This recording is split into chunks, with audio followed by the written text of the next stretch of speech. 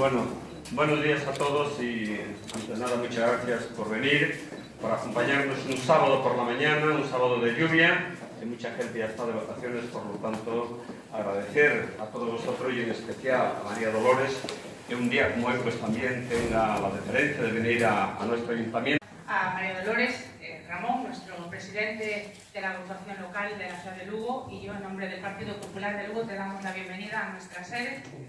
Y una vez más, eres la tercera candidata que viene a nuestra sede a explicar su programa. Empezó hace una semana Pablo Casado, esta semana estuvo también Soraya, y creo que cierras la visita de candidatos en esa cita tan importante que tendremos todos los militantes del Partido Popular.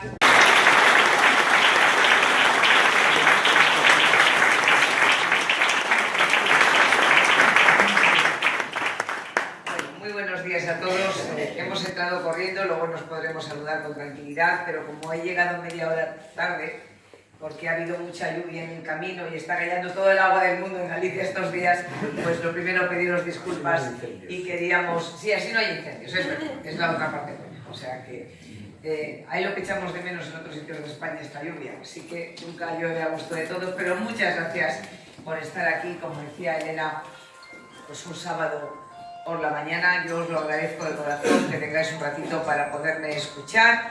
Han pasado para aquí también otros candidatos. Eso demuestra la importancia que tiene Galicia para el Partido Popular y eso demuestra también, desde mi punto de vista, y yo por eso quería hacer el punto central de mi campaña en Galicia, que para mí lo ha sido siempre, lo he repetido, lo he dicho ayer en Orense.